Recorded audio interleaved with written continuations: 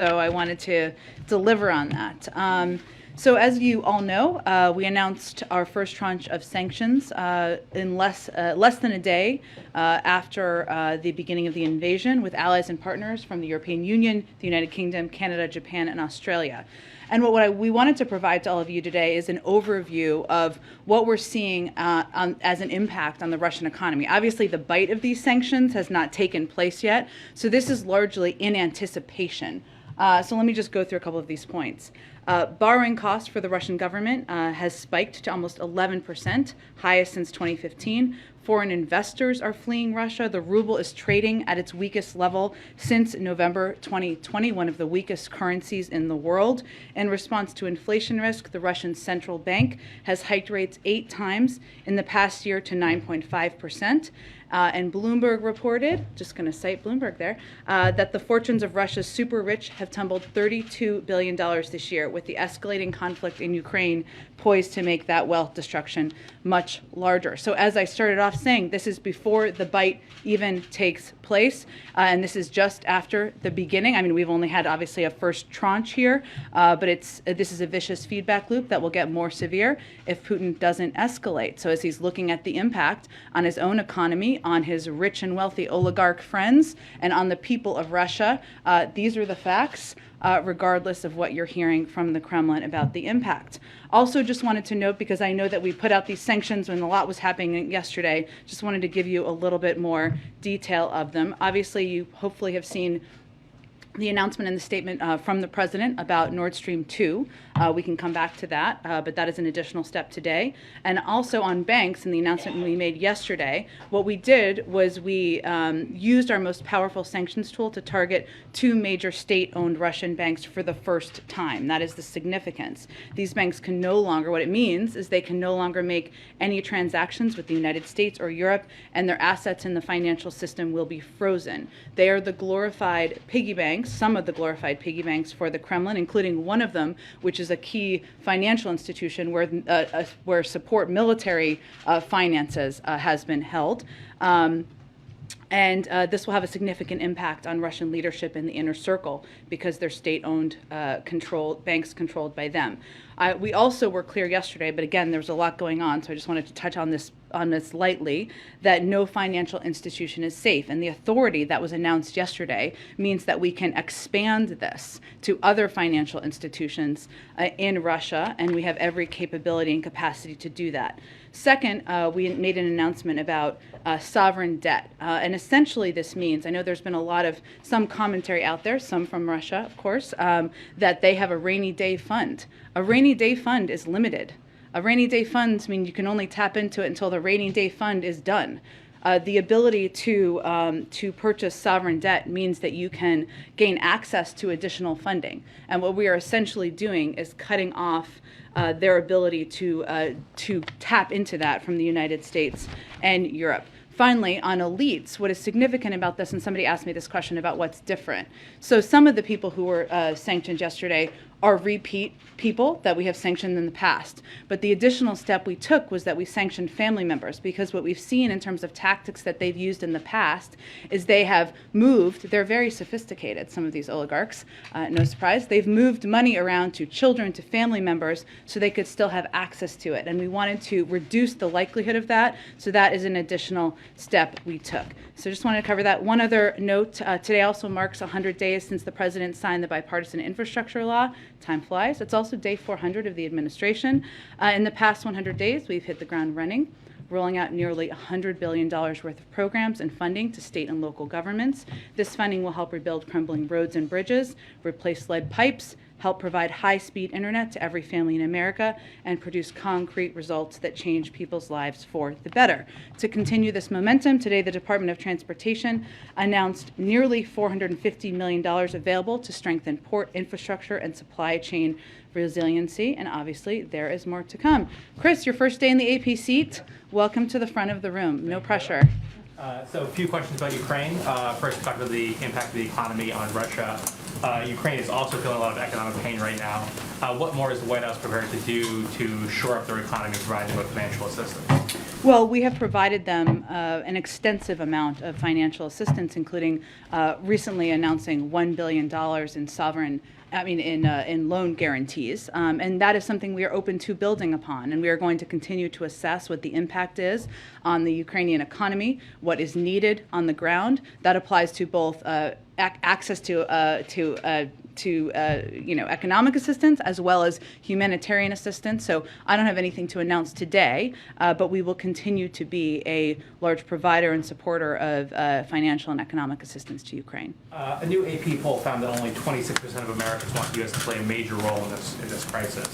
Given that this could increase costs on Americans, gas prices, other economic ripples, has the White House done enough to prepare Americans for what the U.S. role could be and what impact it could be on their lives? Well, this is very important to the president personally. It's why he gave delivered the remarks he did last week, and why he has spoken several times to provide updates to the American people over the last couple of days.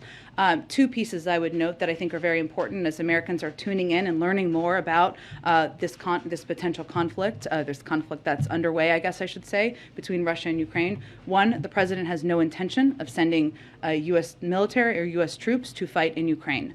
It is hard to know, because I don't think it was in your poll, how people assess what major involvement means, but that has not changed in terms of the president's view and his approach.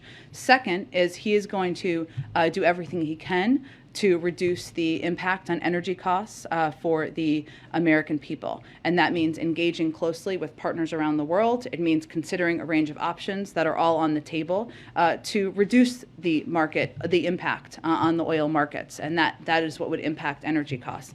But the last thing I would say is that the president and the White House, we make national security decisions based on what's best for our country's national security, not on the latest polling. And if you step back, what hopefully the American people will see and have seen is that while Russia has sought to divide our allies and the American people, the president has sought to revitalize our partnerships and alliances and unite our country. He's standing up for our national security interests and bedrock democratic values against the aggression of a dictator threatening to further invade a sovereign country. That's why he's doing what he's doing. So we're less focused on the politics of Ukraine and more focused on preventing a war.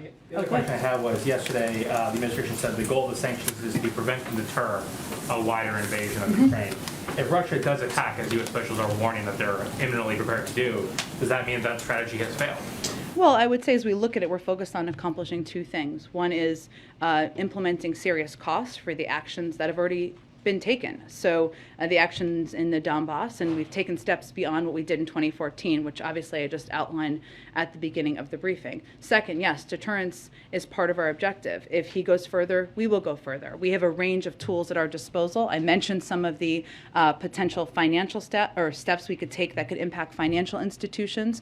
That is very significant and could have a very significant impact. But we have far more options beyond that, including export controls. And what export control steps would mean, Russia, as President Putin looks to the future of Russia, there is a lot of access to different industries, technologies that he needs and would rely on in order for the economy to grow and flourish in the future, whether it's AI, whether it's other technological sectors, biotech, semiconductors, a term we've used a lot in here. And what this would do would essentially cut off access to that. That would also be a significant step. So point is, we have more steps we can take, and we're going to continue to apply those if he escalates.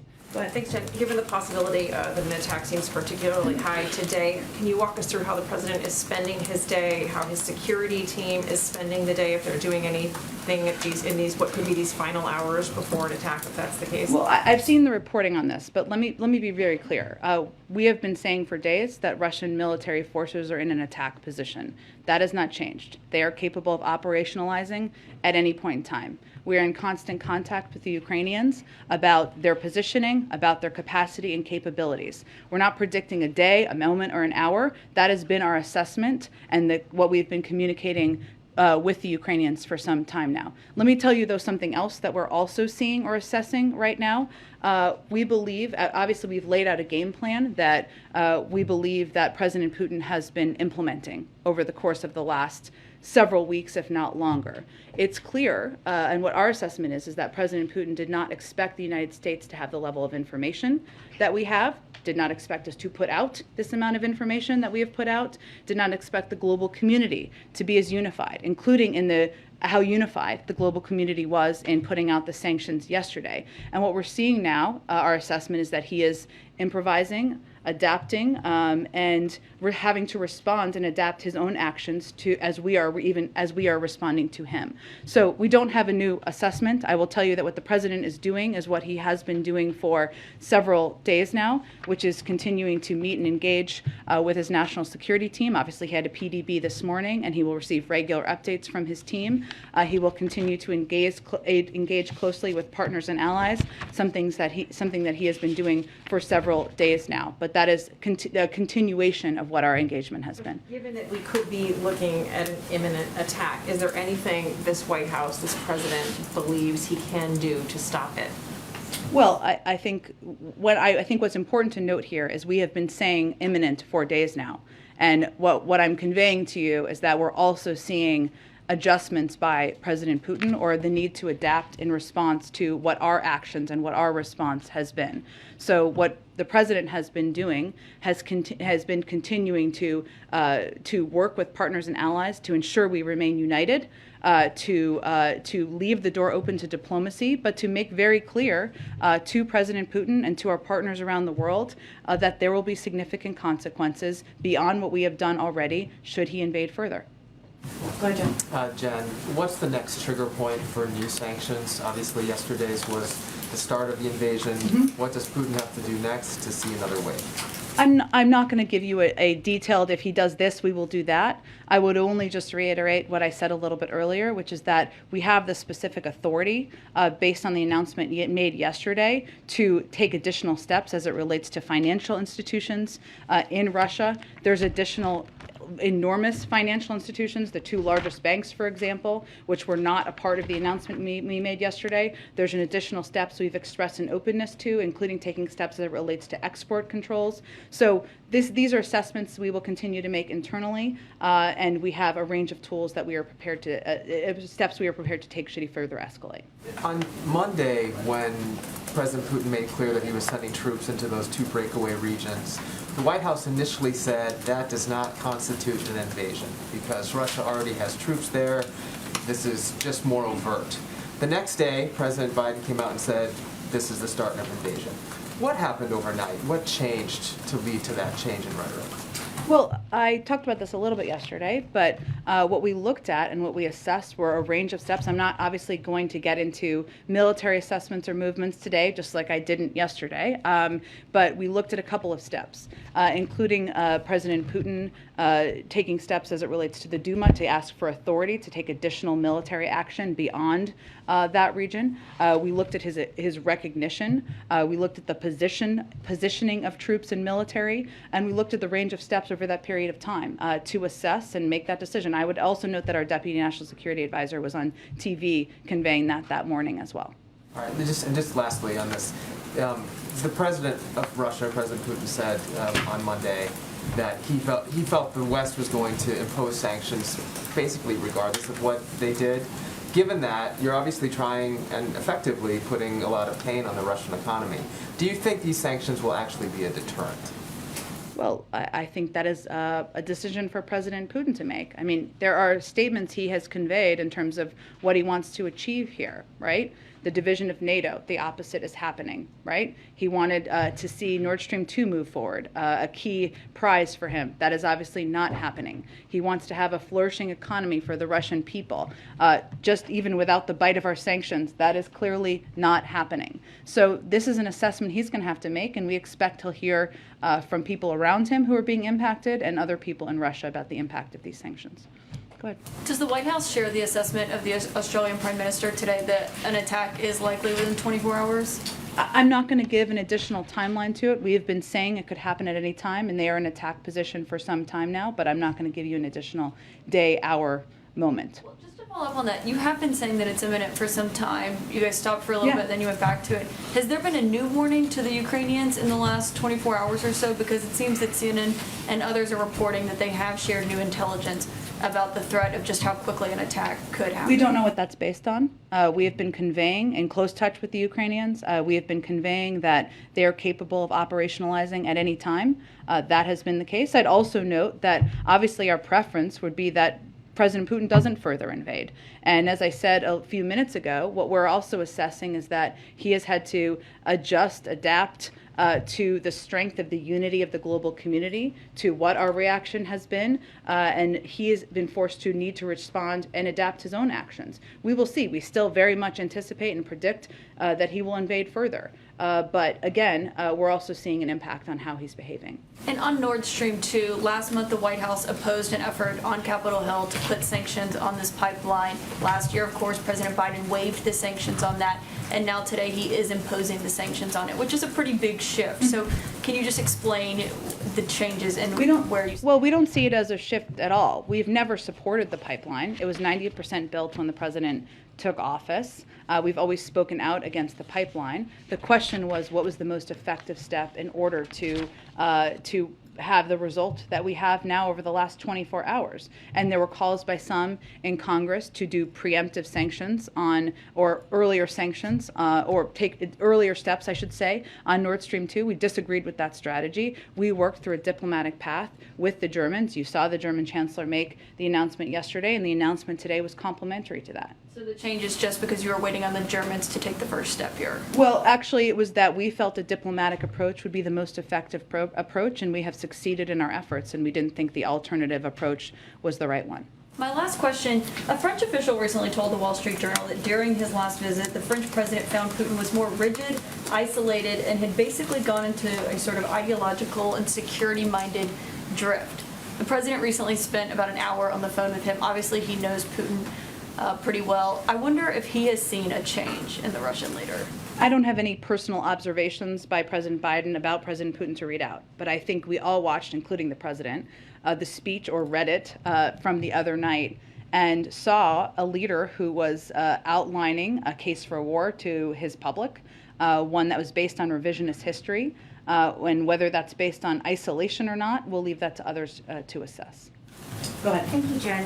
So you've said many times today that there is not a new assessment, but yesterday the president clearly chose his words carefully when he said the world was watching the start of an invasion, which is very different from the U.S. warning today that a full-scale Russian invasion is imminent. So are you saying that nothing has changed between when we heard from the president yesterday and today? I'm saying we have been saying for days that there has been that they are prepared to launch a full-scale invasion. We saw the beginning of that yesterday. So nothing has changed in that assessment. What about the figure of 80% of Russian troops are now in the forward attack position? Was that also the case yesterday? I'm not going to be in a position to give you troop assessments or movements, but as I said just a few minutes ago, they are in an attack position. That remains the case. And then to follow up on something I asked Dilip yesterday, he said that the administration would not give a time frame for when Americans might feel the impact of this conflict. Why not? I mean, the president has said we need to be honest about the cost of fighting for democracy. Can you share anything about a time frame, a range? Should people be saving money? Well, I think there's been a little confusion about this because, one, the sanctions that we announced yesterday will not have an impact on the American people. They will have an impact on the Russian elite, on financial institutions, on individuals who are trying to use those institutions to engage with Western banks, including President Putin and his inner circle. What we're seeing in the markets is an anticipation of a further invasion by President Putin. And what we're trying to do and focus on is take every step we can, working around the world with our counterparts and partners to minimize the impact on the global energy market. So that's what we're working on. We're working on minimizing that, but there is not an impact from the sanctions we've announced on the American public. It really depends in part on what President Putin does in many regards. And finally, is one of those options looking at releasing more oil from the Strategic Petroleum Reserve? That is certainly an option on the table. Thank you. Go ahead, Peter. Thanks, Jen. Following up on Weij's question, Yeah. a lot of focus on the economic pain in Russia potentially from these sanctions, but what about the economic pain here? The Russians are saying they think gas prices in Europe are going to double. How high could they get here? Well, I think, again, Peter, and as I said to Weija, I mean, some of this depends on what President Putin does. So as he is suggesting what the impact will be around the world, it's all based on what his actions are, just to be very clear about it. What the president is focused on and is working on is taking every step we can to communicate with, coordinate with, engage with big global suppliers around the world to minimize the impact on the energy markets. But even without all this going on, gas in California is almost $5 a gallon. Should people across the country expect to see that kind of a number when they go to gas up their car? $5, $6? Well, again, I think as you heard the president say last week, standing up for our values is not without cost. What we're trying to do is minimize that cost. So I don't have a prediction of it right now because we're trying to minimize the impact on the global energy markets. Okay, something that you said, two different things that you've said so far today. You said you think right now Putin is improvising and adapting, but you've also said that you very much anticipate and predict that he's going to invade further. So which is it? Is he adapting or is he still invading? Think big here, Peter. He can still be preparing to invade, which we've said, and that continues to be the case, while making adaptations on when, if, how, to what his strategy is. That's what we're seeing. Both are true. But so if that's what you're seeing, you announced sanctions yesterday. Yeah. Did any Russian military units turn around and head back towards Russia? Again, I'm not going to get into assessments from here of movements of any military, but also what we're trying to do is prevent a war, prevent devastation on the Ukrainian people. And we're already seeing the impact on the economy in Russia. We're going to continue to make clear that there are much, that is, if he continues to escalate, we will as well. And as we wait to see if or how Russia might retaliate against the U.S., the FBI is reportedly warning businesses about cybersecurity risks. So why did you say there is no current threat as it relates to cyber here? There is no current threat as it relates to cyber here. The FBI and all of the agencies in the government always provide regular updates on what businesses and entities should do to prepare for the potential for. There is still no immediate specific threat. But on Friday, the Deputy National Security Advisor for Cyber came in here to say we don't have the level of cyber resilience that we wish. Why would somebody come to the White House briefing room and talk about that if there is no threat? Because we anticipate that there could be continuing threats in the future, and what we need private sector companies to do is harden their cybersecurity capabilities now. Now is the time to do it. Okay, and then finally, the State Department spokesman today said you guys are doing everything you reasonably can to prevent human rights abuses, atrocities, and potential war crimes in Ukraine. How can you say that if all that you're announcing is financial punishment? That isn't all we're announcing. We have provided a range of assistance to Ukraine, humanitarian assistance, security assistance, the most of any year in history. We will continue to build on all of this assistance. We are plussing up support for our partners and allies in the region to ensure they know we have their backs, and we are abiding by our NATO obligations. And we continue to also provide, I think what he was referring to, is a range of public information as well to make clear what the intentions are of the Russians, to call them out for the type of actions we could see them taking in the future. Go ahead. Jen, if I can ask you about Nord Stream 2 Sure. for a little better understanding of this Yeah. right now. Can you say, we've seen the sanctions, can you say declaratively that this pipeline will never be operational? This is effectively dead? Well, we not only did the Chancellor of Germany announce it's not moving forward, we also announced additional sanctions today, and it is not moving forward right now, no. So would you say, but just for clarity, you say it's not moving forward right now, but there has been some concern among some critics that though he did announce the suspension, that at a later date that Chancellor Scholz could say, yes, we are going to begin the process again. So when you say right now, that means right now, that doesn't mean for perpetuity? It's currently dead at the bottom of the sea, Peter. I'm not going to get it ahead of where we are in the process. It is not happening. It's not moving forward. It hasn't been operational for some time. So that is where it stands, and this is all the result of diplomatic engagement and leadership leadership by the president and his engagement with Chancellor Schultz. Let me ask you about some other security issues as best you're able to detail. Yeah. There's some things you can't discuss. So without detailing specifics that you can't discuss, what role is the U.S. playing in securing President Zelensky's safety? And does the U.S. bear some responsibility in making sure that he is safe? I'm not going to detail our conversations or engagements about security with the president of Ukraine, who remains in Kyiv and is continuing to lead the country. Do we bear some responsibility, though, for making sure, without detailing what you're doing, do we bear some responsibility for making sure that he is safe? We are going to continue to engage with him privately. I'm not going to detail or speak to it further from here. Just a last quick question. Sure. Is there any circumstance, obviously we're focusing so much on Ukraine as evidenced by these questions, is there any circumstance in which the president would hold his announcement of his Supreme Court pick after February? No, Declaratively, it'll happen before that. Has he made a Yes. decision yet? I don't have any updates on that. Go ahead. So this has been asked a few different times, but just Yeah. to clarify, you and other officials have said that the purpose of withholding additional and harsher sanctions is so that they have a deterrent effect. Yeah. But at the same time, you're saying that a broader invasion is likely. So how are both of those true, if the idea is that they would have a deterrent effect? Well, we're trying to prevent that from happening, and we are making very clear how impactful and serious what we're considering in terms of additional sanctions could be. And is inflation playing a role at all in deciding, what gets sanctioned, how you're thinking about the sanctions package? Inflation in the United States, I assume you're referring to? Inflation. Look, I think we look at a range of factors, and I'll use the energy markets as an example because I know that was a question that was asked yesterday. It's a good one. As we look at what sectors we're going to sanction, one of the factors we look at is what can have the biggest impact, of course, on Russian leadership, people around President Putin, on the Russian economy.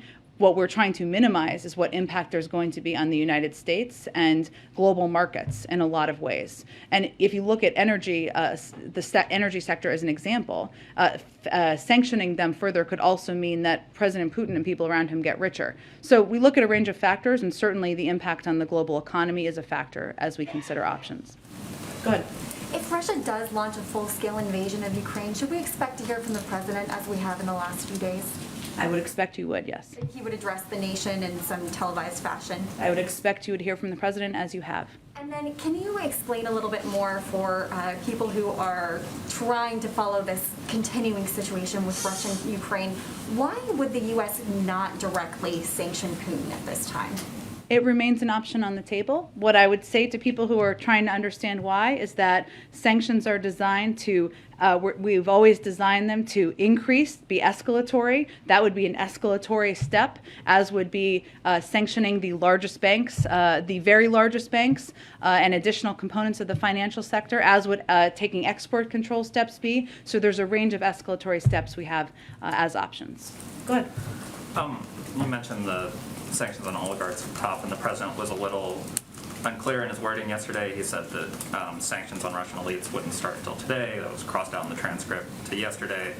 The reason I'm asking is, as part of this sort of first tranche of sanctions, are we going to see more elites sanctioned, or would that only happen if Russia takes additional escalatory steps?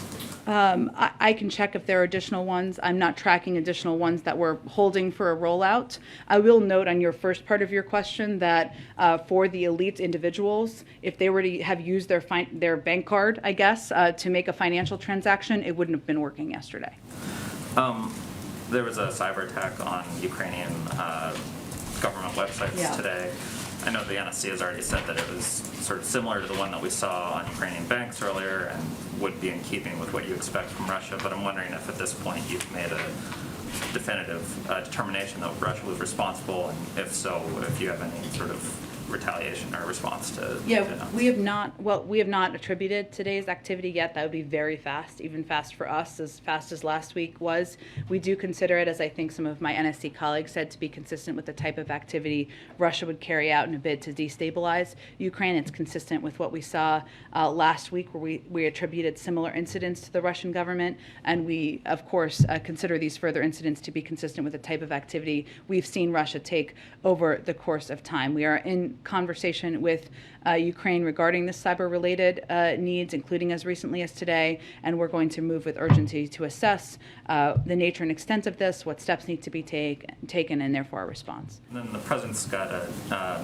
virtual meeting with the G7 tomorrow morning. Yeah. Obviously, I think the topic's going to be Ukraine, but Yeah. I was wondering if you could put any meat on the bone in terms of what the president's what his objective is in that meeting and what he's looking to accomplish. Well, one of the steps the president has been focused on is ensuring that we are coordinated with key allies and partners around the world, and certainly the G7 is an important entity to remain very closely engaged with. The G7 is 50% of the world's economy and joined us, all of them, in this first tranche of sanctions announced yesterday. The president is a believer that this level of coordination happens by accident. It happens through a lot of work and in close engagement. We're obviously at a pivotal point in this process, and so he felt tomorrow was a time to discuss with them what we're seeing, what it looks like, what's next, and engage in this format. Go ahead. So a couple questions. On this first tranche of sanctions, have what's going to be announced in that first batch been announced, or will we see more things today?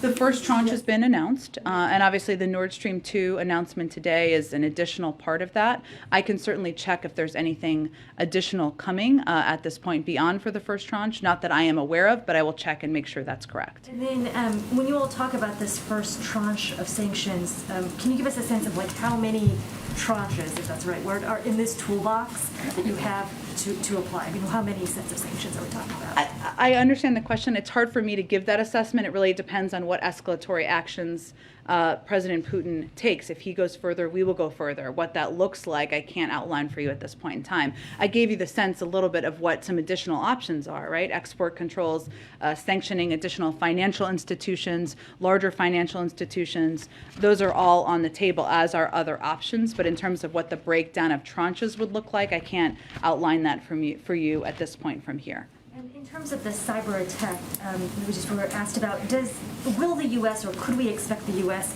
to have some sort of retaliatory behavior towards Russia in response to this? We always reserve that option, and obviously we haven't made an attribution for this recent DDoS attack. As we go through the process of doing that, we'll certainly consider what actions could be taken as well. One final question, actually on the JCPOA. Sure. There have been reports that the U.S., Iran is closing in on some sort of deal. Would you all confirm that that is an accurate assessment, that you are inching towards a potential deal this week? Well, what we're seeing is there is significant progress being made, and we are close to a possible deal. But there are a number of very difficult issues that remain unresolved, and there's very little time remaining to reach a deal given the pace of Iran's nuclear advances. Also, I would note that typically the most difficult components, the last mile, is where there is the most difficult conversations and negotiations. So yes, significant progress, and we are close, but there's a lot that still needs to be worked out. It is true that Iran, we believe if Iran shows seriousness, we can and should reach an understanding on mutual return to full implementation of the JCPOA potentially within days, but there is still more work that needs to be done. So you all are optimistic, or I mean, that's mixed? We are encouraged by the significant progress, but having been through a few of these, I would note that often the most difficult negotiations happen in the last portion. Go ahead. Go ahead, Bill. Thanks, Jen. Following up on the Nord Stream, I'm wondering if anything happened. I understand you were saying that there was an intent to want to do this in a coordinated way with the Germans, and obviously they made their action yesterday. But was there anything else that happened on the ground in Ukraine yesterday that warranted the sanction happening today rather than yesterday? No, but it's part of our first tranche of sanctions. So we would see it as a part of what was rolled out yesterday. And then you were also telling, I think you told Caitlin that that you wanted this approach with Germany rather than an alternative. Just looking at, the president last year said in Cincinnati, the construction is already kind of going at this point. I believe the exact 90% of it, yeah. Right. He was saying 9%. So why is this a better way, a more effective way than issuing sanctions unilaterally and then possibly pressuring the Germans to take action themselves? Well, it hasn't been operational, which is an important component, right? It's not like oil has been flowing through Nord Stream 2, which is a very important component here. And we made the assessment, others can have different assessments, that this would be the way to achieve the outcome that we've now achieved. Others can have different assessments. There's no proof or evidence that their approach would have worked. Ours has worked. More so the question was, why would not issuing sanctions last year, earlier, why wouldn't have that been effective? And Because why we is this felt approach- working in coordination with our German counterparts through a diplomatic process would be the most effective way to approach it. And then I'll pivot just two more. Can you outline what exactly Doug Jones has been doing in terms of the SCOTUS process, who he's been talking to on the Hill? Lastly, the March 18th mask mandate for travel. Just is the administration considering extending that, or is that seen as an expiration date? Sure. On the first, I'm sure once there is an announcement to be made, we will have more detail about all of the engagements that have led up to it. But certainly, Senator Jones is playing an integral role, engaging with senators, engaging with different stakeholders and individuals who want to give their view on where this should head. I'm sure we'll have more details once an announcement is made. As it relates to the March 18th timeline, the CDC is in the process of reviewing their mask guidelines and their mask guidance. We will let them make any announcements on that, but I don't have anything to predict at this point about March 18th and where that stands on planes. Go ahead. Yeah, thanks, Jen. Earlier during today's briefing, you said it's the U.S.'s assessment that President Putin did not expect the U.S. to have this level of information that we have, did not expect us to put out the amount of information that we put out, and did not expect the global community to be as unified as it is. What have you seen from Putin's actions, from Russia's actions that have led to that conclusion, that assessment? Well, I think why I was conveying that is because what we've seen, and I don't think I can give much more detail than that, other than to say what we've seen is him adjusting and adapting some of his actions and needing to respond to what our actions are. And we've obviously been assessing that he is prepared to operationalize at any time. That has not changed, but we are also watching closely what he does. And what's your response, the administration's response, to lawmakers from both sides of the aisle who say President Biden still hasn't gone far enough with sanctions? Representative Adams yesterday said, quote, the administration must go further. Today, Senator Graham called the administration's initial response inadequate, and he said, let's quickly up our game. So what is the strategy behind holding back some of these larger sanction possibilities that you've talked about? Well, our strategy has been start high, which is certainly what we did. We did not sanction a major bank or financial institution back in 2014. This is a farther step than that. As I noted a little bit earlier, we also sanctioned not just oligarchs, but also family members around them to cut off their ability to preserve their funding and financing. And our approach and our strategy has been to preserve a range of sanctions and options that we can also escalate to should we need to. Obviously, our preference is that President Putin de-escalates. But if Russia does invade further, as it, there are indications that could, does that mean that those sanctions imposed yesterday, imposed today, were a failure?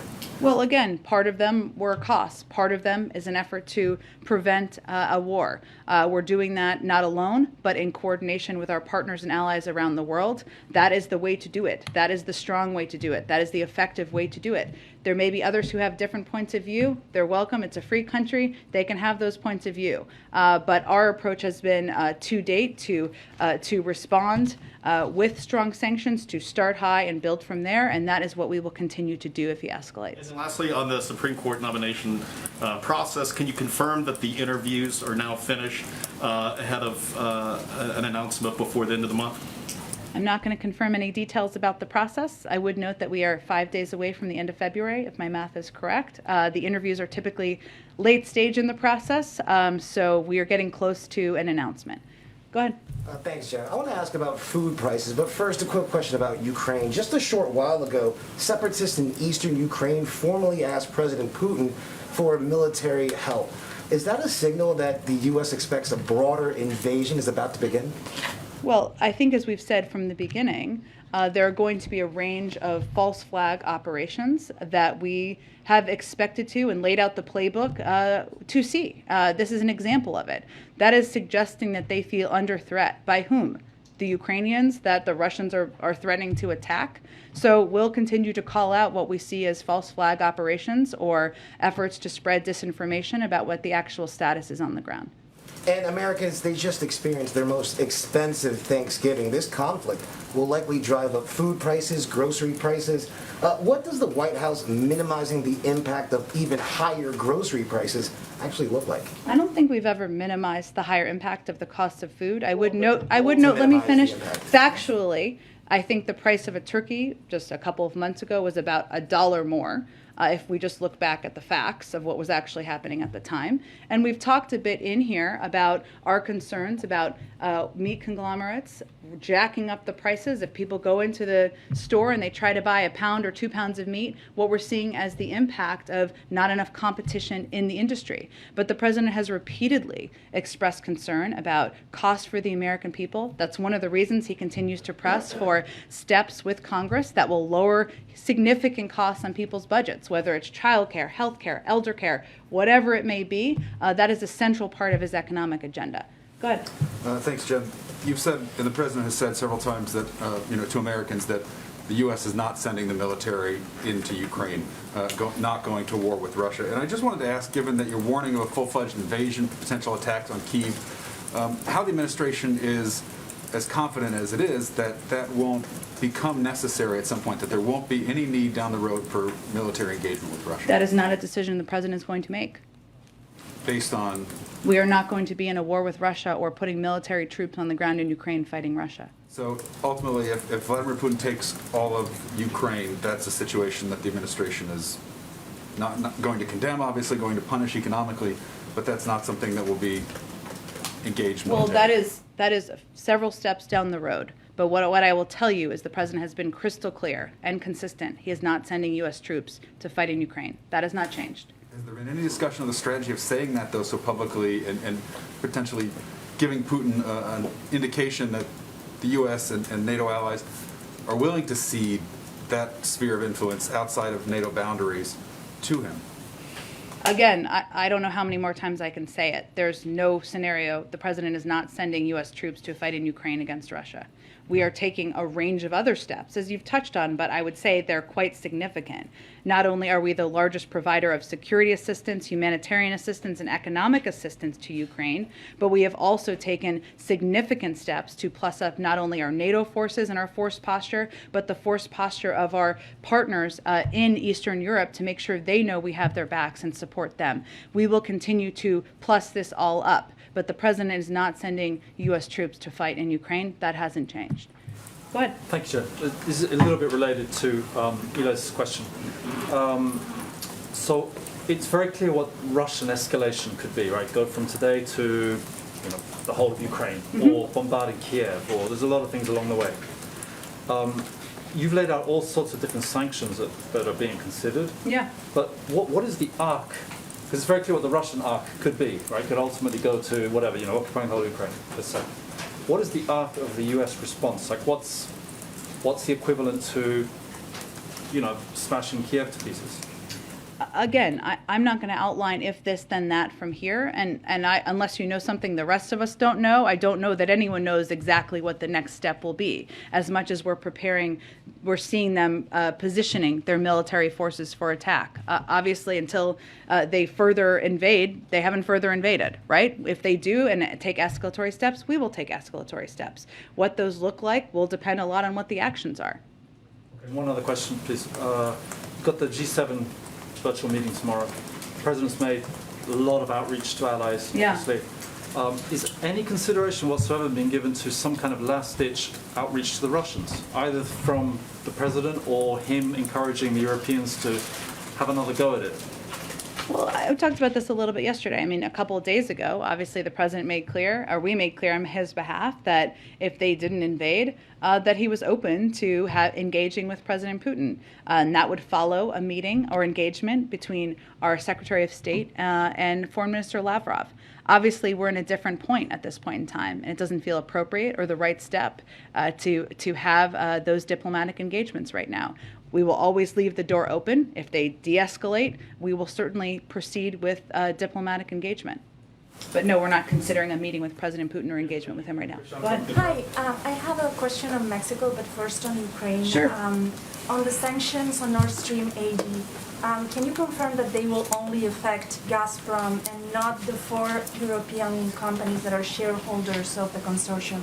I think we put out an extensive statement on this, as well as some details. Let me see if I can just outline it all from here, and we can get that to you after the briefing as well. What was your other question? Yeah, on Mexico, the president of Mexico said today that the U.S. isn't well informed about violence against journalists in Mexico, and that there isn't impunity for those crimes.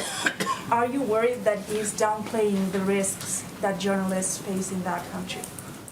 Well, I would say first we've seen factually the threats that have been posed to journalists in Mexico. And we've seen the threats, and that is a concern that I think the Secretary of State was expressing on behalf of the United States about those abuses. So I think he was speaking to facts we've seen on the ground. Go ahead. Hi, Jen. A couple domestic questions for you. First, does the White House have any reaction to the order from Texas Governor Abbott calling for prosecutions of parents who move forward with gender-affirming treatments for their kids? Well, I spoke a little bit, unfortunately, to another law that we saw moving in Florida just last week. But let me reiterate some of the points I made then.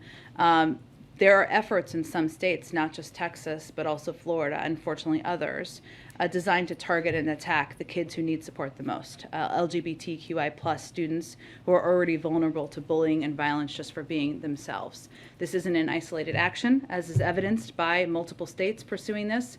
We're seeing Republican leaders take actions to regulate what students can or cannot read, what they can or cannot learn, and most troubling, who they can or cannot be. You've heard the president. He also, I think, put out a tweet or a statement to the Florida law, and I would say we have the same concerns about these type of actions we're seeing in Texas. And then in Florida, Governor DeSantis' administration is moving forward with a rule targeting shelters that house unaccompanied minors.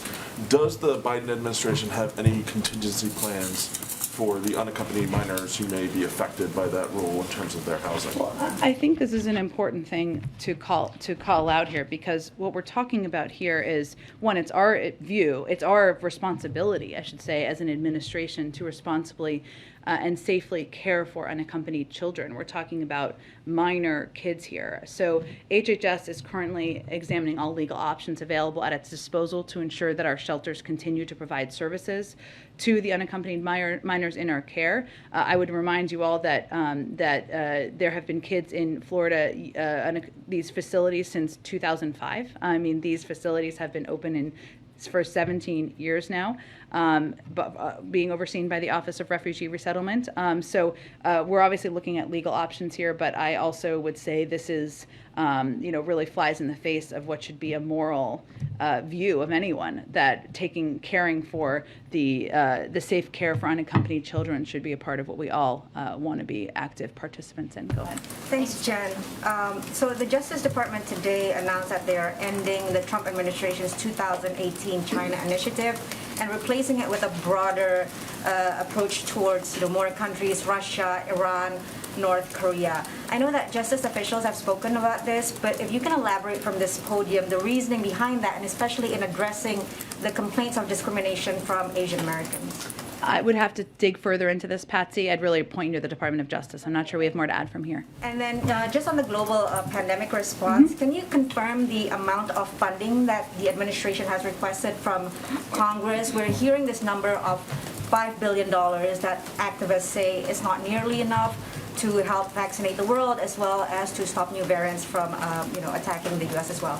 Well, I don't have any specific numbers. We're still in conversation with the Hill at this point about funding and funding needs, both domestically and internationally. We want to continue to be the provider of not just vaccines, but vaccine know-how and assistance to the global community. We don't believe that the pandemic sees borders, and we know that in order to continue to get it under control, we need to be the leader in the world on this effort. But numbers are still being discussed with the Hill, so I don't have any more specifics, unfortunately. Really quickly on Ukraine, are you at this point urging Americans to leave Russia? I know that I think 2 days ago the embassy in Moscow is issuing an advisory saying for Americans to have evacuation plans that do not rely on government assistance. But are you actually telling Americans in Russia to leave The Russia? State Department makes those assessments and recommendations, and they update them regularly, so I'd point you to them for any updates. Go ahead. Thank you, Jen. A few on Ukraine. First, the Kremlin has vowed counter-sanctions in response to the U.S. We've not seen what those will look like, but it sounds like the U.S. has quite a bit of intelligence, so I'm wondering if you have any view on what the nature of those counter-sanctions could be, what impact they could have on consumers, and how the administration could offset that. Well, we've seen those threats or those reports, but I don't have anything to provide or assess from here. Yesterday, President Biden said nothing in Putin's lengthy remarks indicated any interest in pursuing real dialogue on European security in the year 2022. If that's the case, what do you see as the end game here? Well, again, our hope is that Putin will decide to de-escalate, that he will feel the threat of the sanctions, what the impact will be on the Russian economy, on the Russian people, on the people who surround him. They are meant to have a deterrent impact, that he will feel the weight of being a pariah in the global community. It does not mean we have never closed the door to diplomacy, and the president didn't have that intention of conveying that yesterday either. And certainly, if it is an appropriate time, he will engage with President Putin again. But now is not the appropriate time where he's continuing to invade a sovereign country. And finally, the administration is working on putting its budget together. How much humanitarian assistance for Ukraine is the administration prepared to support? It's a good question. What we're going to, and it's hard for me to give you a number right now because we're going to continue to assess the needs on the ground, and we certainly are prepared for the potential for there to be major continued humanitarian needs on the ground. Obviously, those have existed since back to 2014, but we want to continue to be the largest provider of humanitarian assistance. This is something we will continue to discuss with colleagues in Congress as well. Thanks, Jen. All right. Okay, thanks everyone. We'll do this again tomorrow. Supreme Court real fast, Jen. Yes, ma'am. Going back to what Peter asked. Sure. This small window, and in the midst of this window, you have a lot going on with foreign policy. We do. Yes. Means you guys have a lot going on too. All of us. Yes, right. How about that? With that said, how is the president feeling in the midst of all this as it relates to this impending nomination, this historic nomination that he's getting ready to make? Tell me more about what you mean. How is he feeling? How's he feeling? I mean, he's got all of this going on with Ukraine and Russia, and then he's got this historic nomination of the first black woman to potentially sit on the U.S. Supreme Court. Yeah. It's history being made in the midst of looking at sanctions and other things that are happening overseas. How is he feeling about this piece over here? Yes, I mean, I think the president is looking forward to announcing a historic, eminently qualified black woman to serve on the Supreme Court. He feels there's tremendous honor in that. He takes the role that every president has in selecting and nominating someone to the Supreme Court very seriously. That's why he has been spending time not just studying bios, but also reviewing cases and engaging very closely with an internal team on this process. But he is very much looking forward to making this announcement and getting this individual confirmed. How many nominees has he met with thus far? I'm not going to get into further detail on that. I expect once he makes an announcement, we'll have more details to share. And lastly, the administration has been fervent, I can't even get the word out, saying that that you all will fight against anyone who tries to mar or ruin the reputation of any of these nominees. Yeah. What are you willing to do in this fight to keep their reputations that they walked into this process with? That's a good question, April. I think what we mean by that is there are a range of eminently qualified black women whose names have been out there as potential nominees. All of these women would make tremendous additions to the Supreme Court. And we have also seen efforts to mar their reputations. And what we mean by that is we are going to fight back even before, obviously, the president has made a decision or made an announcement against efforts to tar any of their reputations. That means defending them publicly, standing up for them, providing information to debunk any information that's being put out about them that's inaccurate. And hopefully they all feel that we have delivered on that promise. But that has been important to the president from the beginning. Thank you. Thank you, everyone. See you tomorrow or whenever. Thanks, Kim.